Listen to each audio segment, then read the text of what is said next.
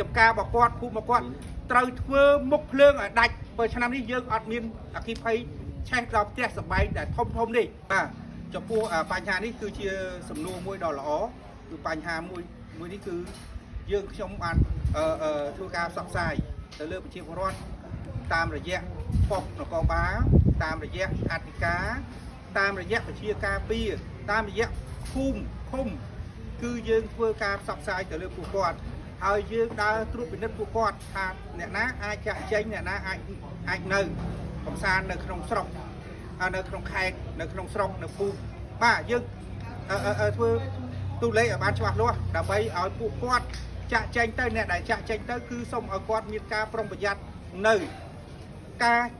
អគិភ័យកើតឡើងដោយយថាហេតុដូចជាការពេលខ្លះនៅក្នុងតំបន់ភូមិសាស្ត្រខេត្តមណ្ឌលគិរីយើងមានកន្លែងដែលអគិភ័យដែលកើតជាយថាហេតុគឺភ្លើងឆេះព្រៃអញ្ចឹងអាភូមិសាស្ត្ររបស់គាត់ដែលរស់នៅដាច់ស្រយាលនេះគឺយើងត្រូវមានការលក្ខណៈប្រុងប្រយ័ត្នឲ្យអ្នកជិតខាងផ្ដាំផ្ញើអ្នកជិតខាងក្បែរអស់នោះជួយមើលផ្ទះលំនៅឋានរបស់គាត់នៅពេលដែលយើងធ្វើការទប់ស្កាត់ហើយឲ្យគាត់ផ្ដល់នៅតាមរយៈលេខទូរស័ព្ទតាមរយៈអីផ្សេងឲ្យទាន់ពេលវេលាដើម្បីឲ្យកម្លាំងចោះជួយអន្តរាគមន៍ទាន់ពេលវេលាតែចំពោះកន្លែងដាច់ស្រយាលយើងខ្ញុំបានបញ្ជាក់ឲ្យនៅកន្លែងដាច់ស្រយាលត្រូវត្រៀមតាំងពីរដូវវស្សានោះតាំងពីរដូវប្រាំងនោះបាទតាំងពីរដូវប្រាំងចូលមកខ្ញុំឲ្យបានត្រៀមថាអ្វីដែលនៅភូមិសាស្ត្រដាច់ស្រយាលឡានទឹកឡានអគ្គិភ័យមិនបានទៅដល់គឺយើងឲ្យត្រៀមជាលក្ខណៈពីងធំអីដែលទុកនៅក្នុងហើយម្ដងទឹកអីនៅក្បែរភូមិរបស់ខ្លួនដើម្បីត្រៀមទឹកកើតជាយថាហេតុយើងមានការជួយសង្គ្រោះបឋមបានទាន់ពេលវេលាឃើញថាឆ្នាំនេះយើងសង្គ្រោះបឋមបានទាន់ពេលវេលាជាច្រើន